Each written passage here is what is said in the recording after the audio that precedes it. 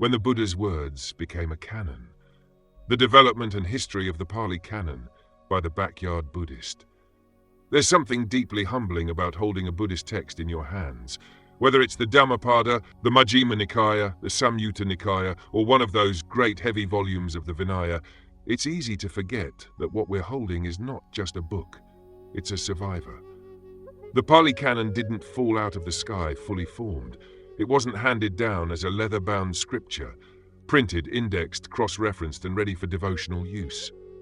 It emerged over centuries through memory, recitation, debate, institutional preservation, political patronage, sectarian development, monastic discipline, and eventually manuscript culture.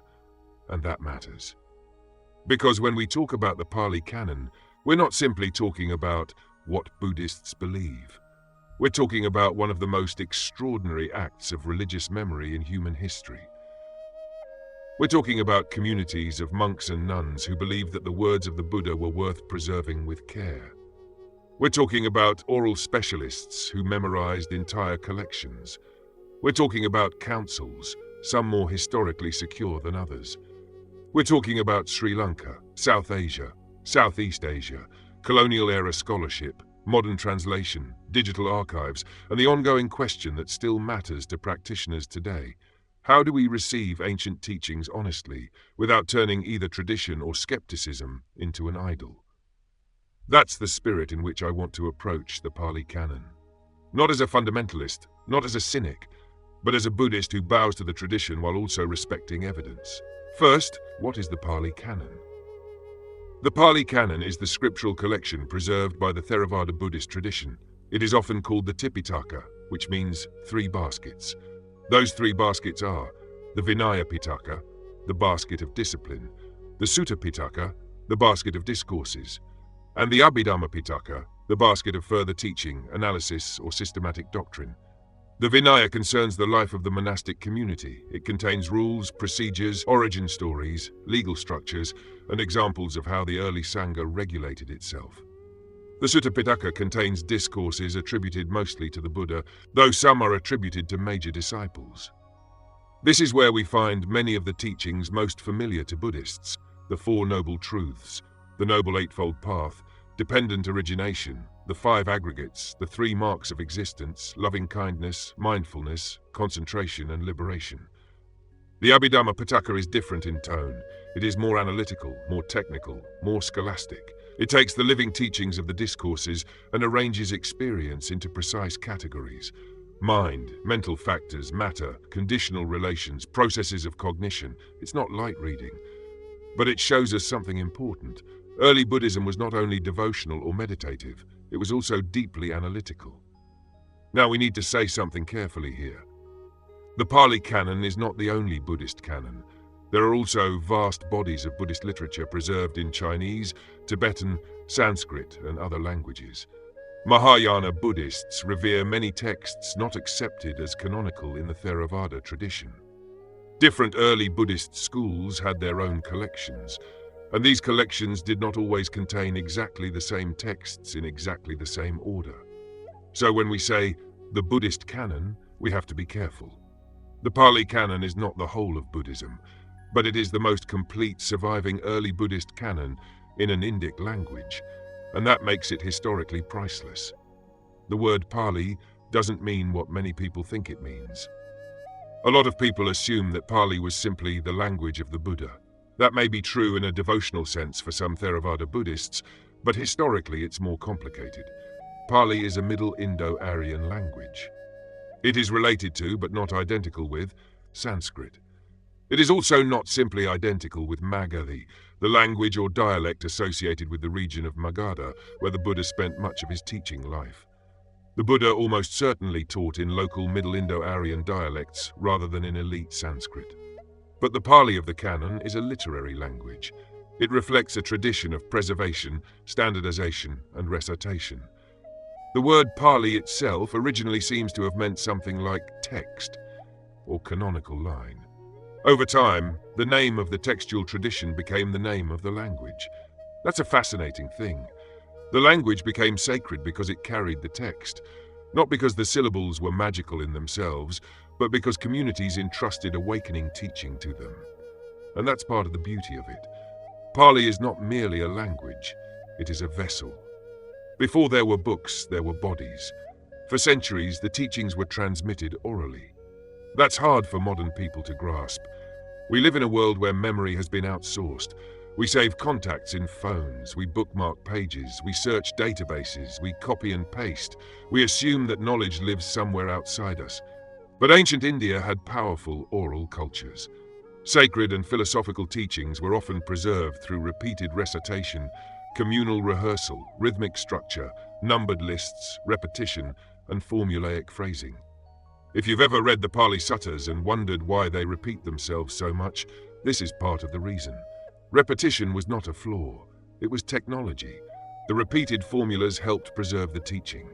Lists like the 5 aggregates, 6 sense bases, 7 factors of awakening, 4 foundations of mindfulness, and Noble Eightfold Path were not just doctrinal tools. They were mnemonic tools. The sound of the teaching mattered, the cadence mattered, the order mattered. The Saṅgha remembered together. This is one of the most important things to understand about the Pali Canon. It was not originally a library, it was a living recitation. And that means the early Buddhist community did not preserve the Dhamma merely by admiring it. They preserved it by embodying it. Quite literally, the canon lived in human bodies before it lived on palm leaves. The First Council: Memory, Tradition, and Historical Caution. According to Buddhist tradition, the First Council took place shortly after the Buddha's parinibbana at Rajagaha, known today as Rajgir. The story says that the elder Mahakassapa convened a council of 500 arahants. Upali recited the Vinaya, the monastic discipline.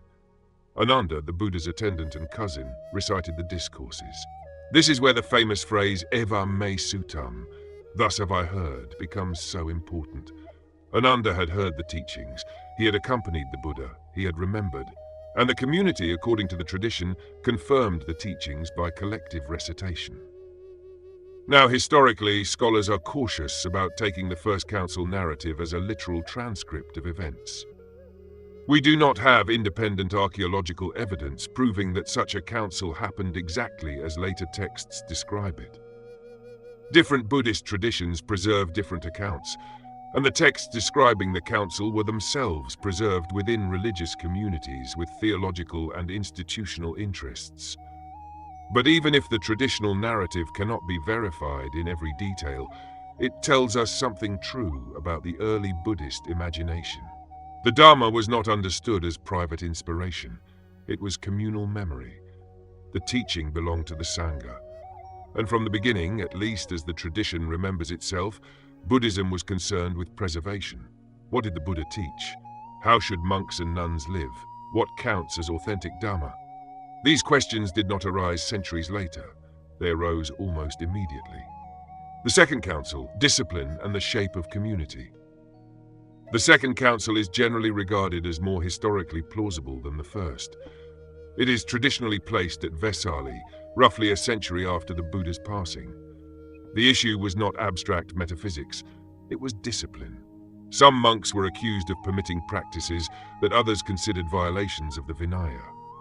These included matters such as handling money, eating after the proper time, and other practices remembered as the 10 points.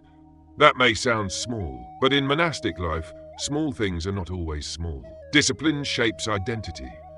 Discipline shapes trust. Discipline shapes the relationship between monastics and lay supporters. Discipline shapes whether the Saṅgha remains a path of renunciation or gradually becomes a religious profession. The Second Council reminds us that scripture and community developed together. The canon was not just about preserving sayings, it was also about preserving a way of life. This is why the Vinaya matters so much. Modern lay Buddhists sometimes skip over the Vinaya because it seems remote from ordinary life. But historically, the Vinaya is the skeleton of the Saṅgha. Without it, the discourses float in abstraction. The Dhamma was preserved by people living under discipline. That discipline created the container in which the teaching could survive. The Third Council and the Age of Ashoka. The Third Council is traditionally associated with the reign of Emperor Ashoka in the 3rd century BCE. Ashoka is one of the most important figures in Buddhist history. His inscriptions provide some of the earliest datable evidence for Buddhism as a public and imperial presence in South Asia. He promoted moral reform, non-violence, religious generosity, and support for the Saṅgha. According to the Theravāda tradition, a council was held at Pataliputra under Ashoka's patronage. It is associated with the elder Moggaliputta Tissa and with the clarification of doctrine against what were considered wrong views. The Kathavatthu, a text included in the Abhidhamma Pitaka, is traditionally linked to this period. It presents debates against various doctrinal positions attributed to other Buddhist schools. Again, we need to be careful. The Third Council, as described by Theravāda sources, may not have been recognized in the same way by other Buddhist traditions. Some traditions remember different councils under different patrons with different doctrinal concerns. The history of early Buddhism was not a single straight line. It was a network of communities, schools, reciters, regional traditions, and evolving textual bodies. Still, the Ashokan period matters enormously. By the 3rd century BCE, Buddhism was no longer only a small, renunciant movement in the Ganges plain. It had institutional reach, it had royal attention, it had missionaries and networks. It was becoming trans-regional. And according to Sri Lankan tradition, this is the period when Buddhism was brought to Sri Lanka by Mahinda, often identified as Ashoka's son, and established under the patronage of King Devanampiya Tissa. That moment would change Buddhist history forever, because Sri Lanka would become the great conservatory of the Pali tradition. Sri Lanka, the island that preserved a canon. It is impossible to understand the Pali Canon without understanding Sri Lanka. Theravāda Buddhism took deep root there. Monastic institutions developed, commentarial traditions flourished. Chronicles such as the Dipavamsa and Mahavamsa told the story of the island as a guardian of the Dhamma. According to Theravāda tradition, the Pali Canon was written down in Sri Lanka in the 1st century BCE during the reign of King Vatagamani Abhaya. The traditional reason given is crisis. There had been famine, political instability, war, and the death of learned monks. The oral tradition depended upon living reciters. If enough of those reciters died, whole bodies of teaching could be endangered. So the texts were committed to writing, traditionally on palm leaves, at Alu Vihara. This is one of the great turning points in Buddhist history. But again, we have to phrase this carefully. Writing down the canon did not mean that oral recitation suddenly stopped. Oral and written transmission continued side by side for centuries. Nor does it mean that the entire canon, exactly as we have it now, was frozen in perfect final form in one dramatic moment. Religious history is usually messier than that. Still, the shift from oral preservation to manuscript preservation was profound. When a teaching becomes a manuscript, it changes. It can travel differently, it can be copied, it can be compared, it can be stored. It can also be damaged, lost, edited, standardized, and interpreted in new ways. Writing preserves, but writing also transforms. That's true of all scripture. It's true of Buddhist scripture too. The canon was not created in a vacuum. Sometimes people imagine the Pali Canon as if it were the only ancient Buddhist textual tradition. It wasn't. Other early Buddhist schools preserved their own canons or partial canons in other languages. Some materials survive in Chinese translation. Some survive in Sanskrit fragments. Some survive in Tibetan. Some survive in Gundari manuscripts. When scholars compare the Pali Nikayas with the Chinese Agamas, they often find strong parallels. Not exact identity, but enough similarity to suggest that many core teachings go back to a period before the later schools fully separated. This is important. It means the Pali Canon is not valuable only because Theravāda Buddhists say it is valuable. It is valuable because it can be compared, its teachings overlap with other early Buddhist sources in ways that help scholars reconstruct the shape of early Buddhist doctrine and practice. The strongest historical case for early Buddhist teachings is not usually built on one text standing alone. It is built by comparison. When a teaching appears in Pali, and then a parallel appears in Chinese Agama literature, and perhaps another fragment appears in Sanskrit or Gundari, scholars pay attention. That doesn't prove every word goes back to the historical Buddha, but it does suggest that certain teachings were circulating very early. This is where empirical study and reverence can meet. The scholar asks, what can we verify? The practitioner asks, what leads to liberation? Those are different questions, but they don't have to be enemies. The three baskets in more detail. Let's slow down and look again at the three baskets. The Vinaya Pitaka. The Vinaya is often the earliest layer of institutional Buddhism. It contains the Patimokkha rules for monks and nuns, origin stories explaining how rules came to be established, procedures for confession, ordination, communal harmony, robe-making, rains retreat, disputes, and disciplinary action. One of the striking things about the Vinaya is how human it is. Rules are often given because somebody did something. A monk behaved badly, a nun was mistreated, a layperson complained, a dispute arose, a boundary was unclear. The Vinaya shows us a Saṅgha learning how to live, not as angels, as human beings under training, and that makes it precious. The Vinaya is not merely legalism. At its best, it is compassion taking institutional form. The Sutta Pitaka. The Sutta Pitaka is the heart of the canon for many practitioners. It is divided into 5 Nikayas: the Digha Nikaya, or long discourses, the Majjhima Nikaya, or middle-length discourses, the Samyutta Nikaya, or connected discourses, the Anguttara Nikaya, or numerical discourses, and the Khuddaka Nikaya, or minor collection. But minor can be misleading. The Khuddaka Nikaya contains some of the best-known and beloved texts in Buddhism, including the Dhammapada, the Udana, the Itivuttaka, the Sutta Nipata, the Theravāda, the Jataka collection, and others. The suttas are not all one kind of text. Some are sermons, some are dialogues, some are poems, some are debates, some are practical instructions, some are stories, some are brief flashes of insight.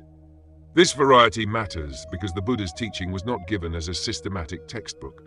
It was offered to people: kings, wanderers, monks, nuns, householders, grieving parents, philosophers, skeptics, farmers, courtesans, murderers, and the dying.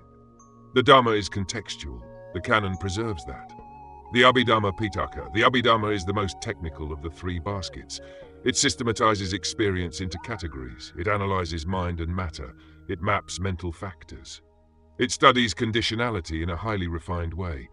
Theravāda tradition reveres the Abhidhamma as profound teaching. Modern scholars often see it as later than the earliest suttas, representing a scholastic development within Buddhist thought. Those 2 statements do not have to cancel each other out. A teaching can be later and still be profound. A system can develop over time and still be faithful to core insights. In Buddhism, development is not automatically corruption. The real question is whether a development clarifies suffering and the end of suffering, or whether it obscures them. Commentaries. The canon learns to explain itself. A canon does not live by text alone. It lives by interpretation. By the early centuries of the Common Era, the Theravāda world had developed a rich commentarial tradition. The most famous figure here is Buddhaghosa, the great 5th century commentator associated with Sri Lanka. His Visuddhimagga, or Path of Purification, became one of the most influential works in Theravāda history. It is not part of the canon itself, but it profoundly shaped how the canon was understood. This is another important distinction. Canonical does not mean isolated. The Pali Canon exists within a larger Pali literary world. Commentaries, sub-commentaries, chronicles, grammar, ritual texts, meditation manuals, monastic handbooks, and later scholastic works. Practitioners often read the canon through inherited interpretation, whether they realize it or not. A modern Buddhist may say, "I just read the suttas directly." But none of us reads from nowhere. We bring teachers, translations, doctrinal assumptions, meditation lineages, cultural habits, and modern concerns. The commentarial tradition makes that process visible. It says the text must be interpreted. That is not a weakness, it is honesty. Manuscripts, climate, and the fragility of preservation. One of the hardest truths about ancient textual history is that old manuscripts usually do not survive well in tropical climates. Palm leaves decay, ink fades, insects eat, fire happens, war happens. Neglect happens. So while the Pali Canon was written down in antiquity, many surviving manuscripts are much later copies. That does not mean the tradition is unreliable. It means manuscript survival is not the same thing as textual origin. Every manuscript is part of a chain. A palm leaf manuscript from the 18th century may preserve a text copied from a manuscript, copied from a manuscript, copied from a manuscript going back many centuries. This is why textual criticism matters. Scholars compare manuscripts from Sri Lanka, Myanmar, Thailand, Cambodia, and Laos. They study variant readings, they look for scribal errors, they examine regional recensions, they compare Pali sources with Chinese and Sanskrit parallels. The goal is not to destroy faith, the goal is to understand transmission. Faith that is afraid of history is brittle, but faith that can look history in the face becomes mature. Print culture and the Pali Text Society.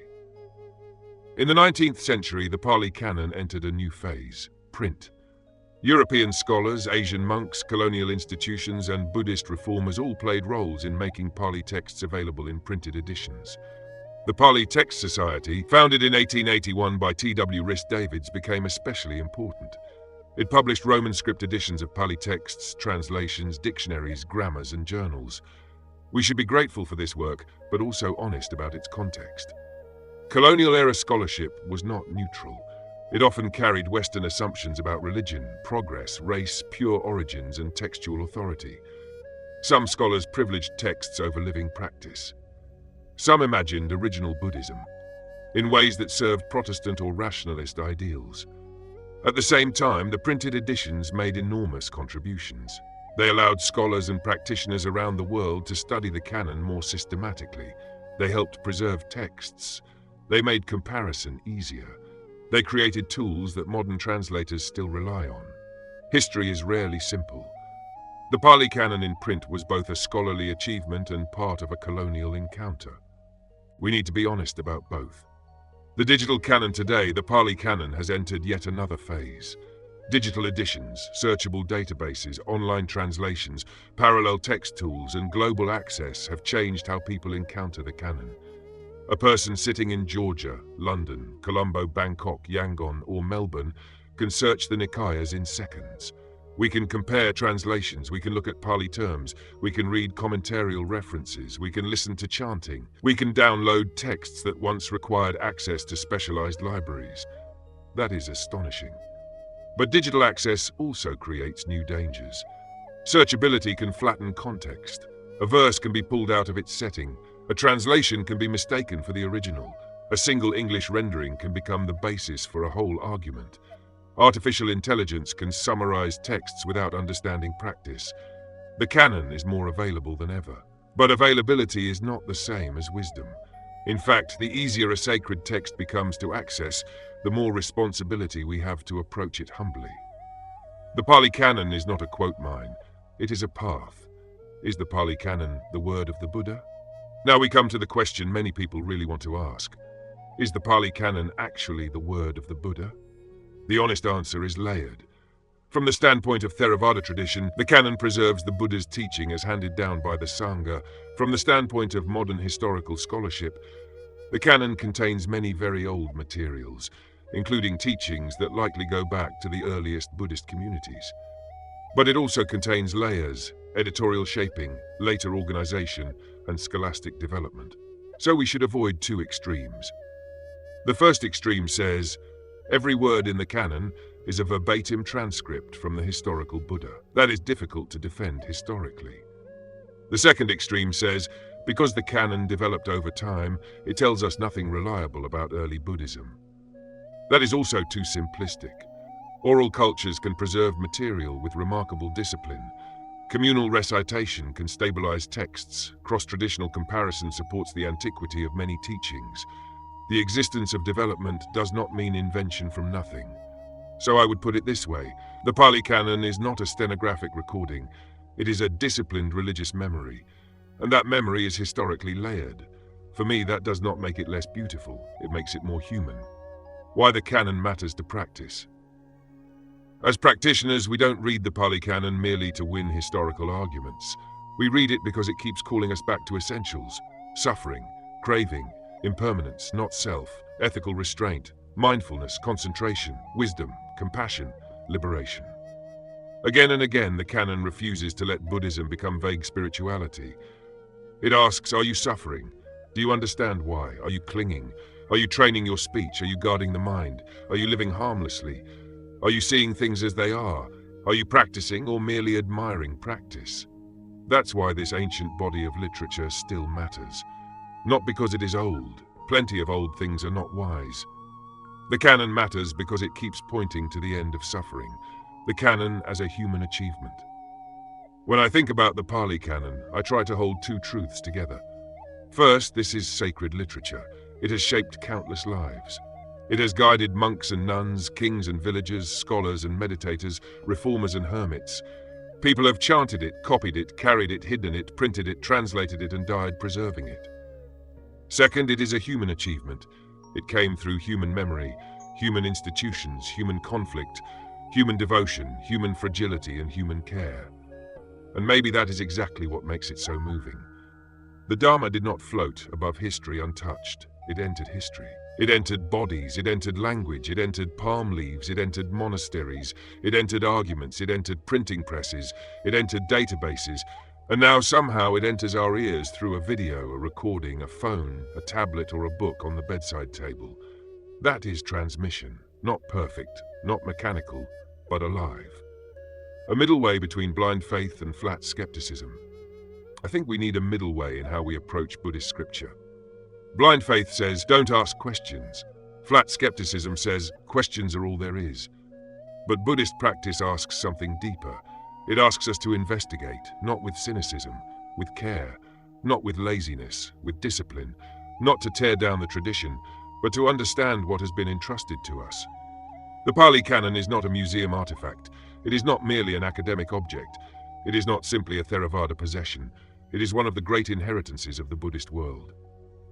For Zen practitioners, Mahayana practitioners, Vajrayana practitioners, secular Buddhists, scholars, and curious readers, the Pali Canon remains indispensable. It shows us early Buddhist vocabulary. It shows us the formation of monastic life. It shows us the Buddha as teacher, physician, analyst, contemplative, and guide. It shows us a community trying to remember awakening. And maybe that's the phrase I keep coming back to. A community trying to remember awakening. That is what the Pali Canon is. Not just a book, not just a canon, not just an ancient artifact, a long act of remembering, closing reflection. When I bow before the Pali Canon, I don't feel the need to pretend that history is simple. I don't need every council story to be literal in every detail. I don't need every text to be the same age. I don't need every line to have dropped directly from the Buddha's lips. What I need is something more honest. I need to know that generations before me cared enough to preserve the teaching.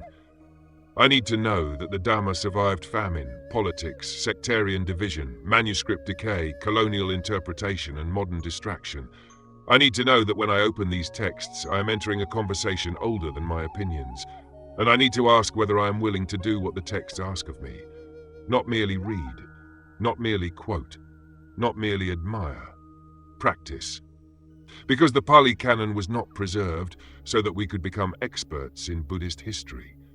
It was preserved so that suffering beings might find a way beyond suffering. That's the point. That has always been the point. The baskets were carried for us. Now the question is whether we will carry the practice forward,